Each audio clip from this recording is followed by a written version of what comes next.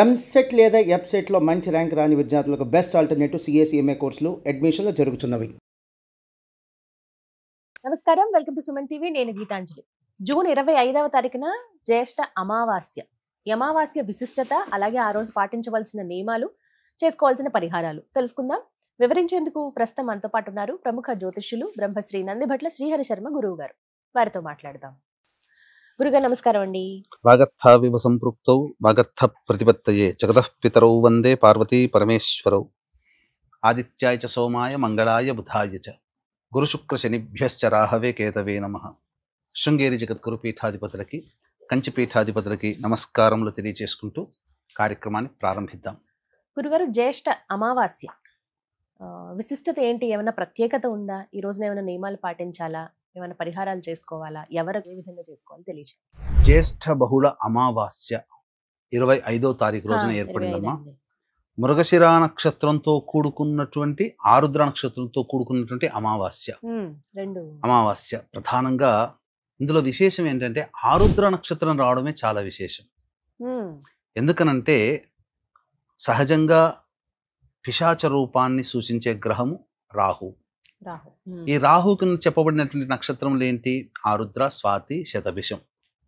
So పిశాచ రూపం అంటే అర్థం ఏంటంటేనమ్మా, అంటే మరణించినటువంటి వ్యక్తి యొక్క ఆత్మ చక్కగా దివ్యలోకానికి చేరుకొని నరకమో స్వర్గమో ఏదో ఒకటి అనుభవించి మళ్ళీ జన్మెత్తాలి.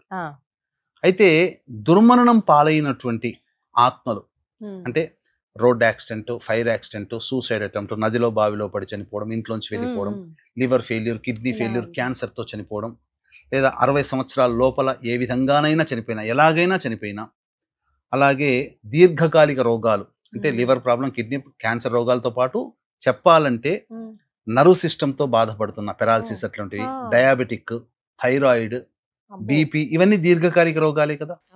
చెప్పాలంటే ఇవన్నీ రోగాలతో బాధపడే వాళ్ళు కూడా ఈ పితృదోషాలలో ఉన్నటువంటి కుటుంబాల్లో ఇవి ఏర్పడతాయి. పితృదోషాలతో ఉన్నటువంటి కుటుంబాల్లో వచ్చేటువంటి ఇబ్బందులు ఏంటంటే తరచూ అనారోగ్య సమస్యలు అవుతుంటుంటాయి.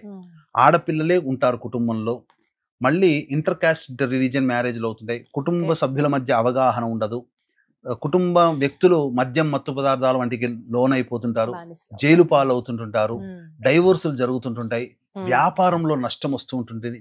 ఎన్ని పనులు చేసినా దైవం కరుణించట్లేదు, ఆ దేవుడు లేడు అన్న వాళ్ళకే ఈ పితృశాపాలు, ఇటువంటివి చెప్పినటువంటి సమస్యలు ఉన్న వాళ్ళందరూ పితృశాపాలు ఉంటాయి. ఈ పితృదోషాలు, పితృశాప ప్రభావాలు ఉన్నటువంటి కుటుంబాల్లో ఏంటంటే ఏ పని అనుకున్నా అయిపోతుందన్నట్టు అనిపిస్తుంది, ఆ పని కాదు. డబ్బులు బాగా సంపాదించి ఒక అనాలోచిత నిర్ణయం తీసుకుని ఎక్కడో ఒక దాన్ని ఇన్వెస్ట్మెంట్ చేయడం, పూర్తిగా నష్టపోవడం. ఫ్లైట్లో తిరిగిన వాళ్ళు సైకిల్ మీద తిరగాల్సిన పరిస్థితి వస్తుంది. ఒక ఉద్యోగము సరిగ్గా ఉండదు, గొప్ప చదువుతారు, పిహెచ్డీలు చేస్తారు. ఇప్పుడు రోడ్డు మీద ఎంతో మంది పీజీలు చేసి, పిహెచ్డీలు చేసి అడుక్కునే వాళ్ళు ఎంతమంది లేరు? మన సుమన్ టీవీలోనే ఎంతమందిని ఇంటర్వ్యూ చేయలేదు? గొప్పగా చదువుకుంటుంటారు. ఏం కర్మరా అనంటే ఆ దోష ప్రభావాలు ఉన్నప్పుడు అవి. ఇంకా చెప్పాలి అంటే పెళ్లిళ్ళు కావమ్మా. ఈ కాలంలో పెళ్లిళ్ళు కాక ఇబ్బంది పడుతున్నారు అని అంటే పితృదోషమే. సమస్య లేదు. 1కి 4-5 పెళ్లిళ్ళు అవుతున్నా సంతానం కలగకపోయినా పితృశాపమే. ఇక తల్లిదండ్రుల మాట పిల్లలు వినట్లేదు, చెడ్డదారిలో పోతున్నారంటే పితృశాపాలు ఉంటేనే. లేకపోతే పూర్వకాలంలో ఇవన్నీ ఉన్నాయా? ఎక్కడో రేరుగా ఉండేది. ఇప్పుడు ప్రతి కుటుంబంలో ఉంది. అంటే ఒక రకంగా చెప్పాలి అంటే 100కి 99% మంది ఈ పితృశాపాలతో బాధపడుతున్నారు. కాబట్టి ఇటువంటి అమావాస్య అద్భుతమైనటువంటి కలయిక. ఆరుద్ర నక్షత్రము అమావాస్య ఉన్నటువంటి రోజున సాధారణంగా పితృదేవతల్ని ఆరాధన చేయాలి. ముఖ్యంగా అంటే పిండ ప్రదాన కార్యక్రమం మరియు తిలలతో తర్పణాది కార్యక్రమాలు చేయాలి. ఇవేవీ చేయలేనటువంటి వాళ్ళు బ్రాహ్మణుడికి స్వయంపాక దానం చేయాలి. పితృశాప ప్రభావాలు ఉన్న వాళ్ళు పితృదోష పరిహారం చేసుకోవాలమ్మా.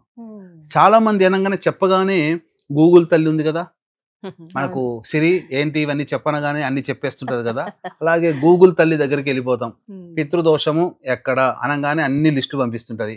టకటక మన వాళ్ళు అద్భుతం, గురువు గారు పితృదోషాల గురించి చెప్పారు, మనం గూగుల్లో చూసుకున్నాం అనగానే అటు ఎక్కడో మహారాష్ట్రనో లేకపోతే తమిళనాడో లేకపోతే కర్ణాటకలోనో ప్లేస్లు వస్తాయి.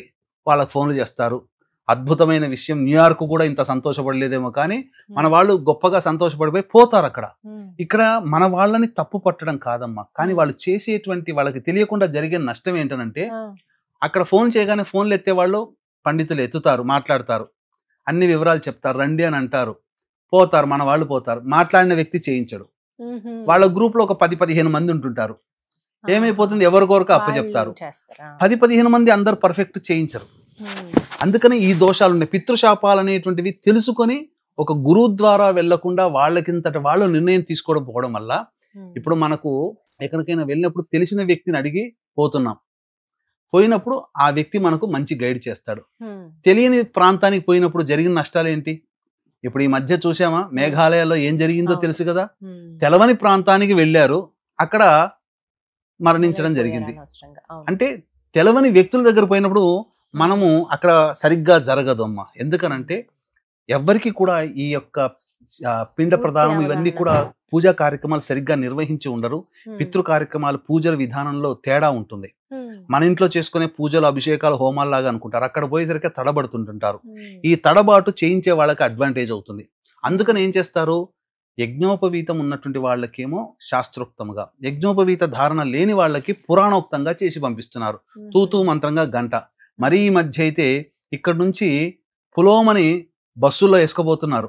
100 మందిని ఒకేసారి వేసుకోబోతున్నారు. తర్వాత ఏం జరుగుతుంది, గంటలో 45 నిమిషాల్లో పూర్తి కానిరా అని చెప్పి హింటించేసేస్తారు. అక్కడ 45 నిమిషాల్లో పూజ పూర్తి చేస్తున్నారు. ఇది జరుగుతుంది అక్కడ తంతు. కాబట్టి అలాంటిది కాకుండా ఈ పితృదోష పరిహారం 4 గంటలు పడుతుంది.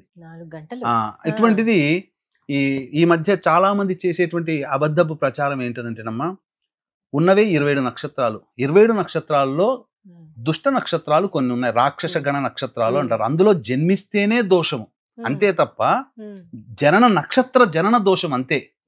కానీ ఏకరు పెట్టేస్తారు, ఆకారం నుంచి ఆ అన్నట్టుగా లెక్క పెట్టి ఆహా వరకు చదువుకుంటూ పోతారు కదమ్మా. అట్లా 19 ఉన్నవి 27 నక్షత్రాల్లో 19 నక్షత్రాలు ఏదో పాట పాడినట్టు చదువుకుంటూ పోయి ఆ 19 నక్షత్రాల్లో పుడితే పితృదోషం అంటున్నారు. ఇది ఎక్కడా శాస్త్రంలో లేదు. ఇటువంటివన్నీ కూడాను జనాలు తెలియక మాకంటే మాకుంది అనుకుని పోయి చేసుకుంటున్నారు. తద్వారా ఏమంటారు, తలకాయ నొప్పి లేస్తే మోకాలికి మందు రాసినట్టుగా ఉంటుంది. కాబట్టి అటువంటివి చేయకూడదమ్మా. కాబట్టి డైరెక్ట్ గా వెళ్ళి చేసుకోవడం కంటే కూడా ఒక గురువు ద్వారా వెళ్ళడం అనేటువంటిది సహేతుకం. ఏమవుతుంది, పెద్ద తేడా ఏమీ రాదు. 1000-2000 తేడా ఉంటుంది అంతే. స్వయంగా వెళ్ళినా గురువు ద్వారా వెళ్ళినా ఒక 1000-2000 తేడా ఉంటుంది అంతే తప్ప పెద్ద మార్పు అంటూ ఏమీ ఉండదు. కానీ మీకు ఎటువంటి అంటే ఆ 1000-2000 కోసం మొహం చూసుకుంటే రేపు పొద్దున ఏమవుతుందంటే సరిగ్గా చేయించకపోవడం వల్ల ఫలితం రాదు. ఇంత చేసి బాధపడాల్సి వస్తుంది ఫలితం లేకుండా. కాబట్టి వీక్షించేటువంటి ప్రేక్షకులు చక్కగా ఇటువంటి పితృదోష కార్యక్రమం మన పీఠం ఆధ్వర్యంలో ప్రతి నెల జరుగుతుంది. అలాగే ఈ యొక్క జ్యేష్ఠ బహుళ అమావాస్య 25వ తారీఖు రోజున మన పీఠం ఆధ్వర్యంలో జరుగుతుంది. అవకాశం ఉన్న వాళ్ళు కార్యక్రమ తదనంతరం కాంటాక్ట్ చేసి పూర్తి వివరాలు తెలుసుకోవచ్చు. 24వ తారీఖు రోజున బయలుదేరుతున్నాం. 25వ తారీఖు రోజున ఈ కార్యక్రమం జరిపిస్తున్నాం. ఆరుద్ర నక్షత్రం ఉన్నప్పుడే చేయించడం జరుగుతుంది. ఆరుద్ర నక్షత్రం ఉన్నప్పుడే చేసుకోవాలి. ఎందుకు అనంటే చాలా విశేషం. ఎందుకంటే ఆ యొక్క పితృ మారకత్వాన్ని, పిశాచత్వాన్ని సూచించేవాడు రాహు. అటువంటి రాహు నక్షత్రం ఆరుద్ర నక్షత్రం. పైగా ఆరుద్ర నక్షత్రము గురువు బుధులతో కలిసి ఉంటుంది ఆ రోజున. కాబట్టి నరకలోకంలో బాధలు పడుతున్నటువంటి ఈ పితృశాపాలకు గురైనటువంటి ఆత్మలకి విముక్తి కలుగుతుంది. సింపుల్ గా ఎందుకు చేసుకోమంటారనంటే, చనిపోయినటువంటి వాళ్ళ యొక్క ఆత్మ మోక్షాన్ని పొందకుండా, వాళ్ళ డెస్టినీ వాళ్ళు వెళ్ళకుండా ఏమవుతుందంటే ఒక రకమైనటువంటి బాధను అనుభవిస్తుంది. అది నరకయాతన అంటారు. నన్ను ఎవరైనా మీ వాళ్ళ వంశంలో వాళ్ళకి తెలియజేస్తుంది. ఆ తెలియజేసే క్రమమే ఈ యొక్క కష్టాలు నష్టాలు అనేటువంటివి. ఇప్పుడు ఎందుకు మనకు కష్టాలు పడుతున్నాం రా అంటే దీనికి కారణం ఈ పితృశాపాలు. కాబట్టి ప్రతి ఒక్క కుటుంబంలో ఈ యొక్క పితృదోషాలు ఉన్నాయమ్మా.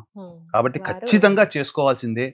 మారు బలులు కోరుకుంటాయి. ఒకసారి జరిగింది మళ్ళీ ఇంకొక మారు బలులు జరుగుతుంది. కాబట్టి అవకాశం ఉన్న వాళ్ళు చక్కగా ఈ యొక్క కార్యక్రమంలో 24వ తారీఖు రోజున బయలుదేరుతున్నాం. 25వ తారీఖు రోజున కార్యక్రమం జరిపించుకొని మళ్ళీ 26 ఉదయం కల్లా వచ్చేస్తాం.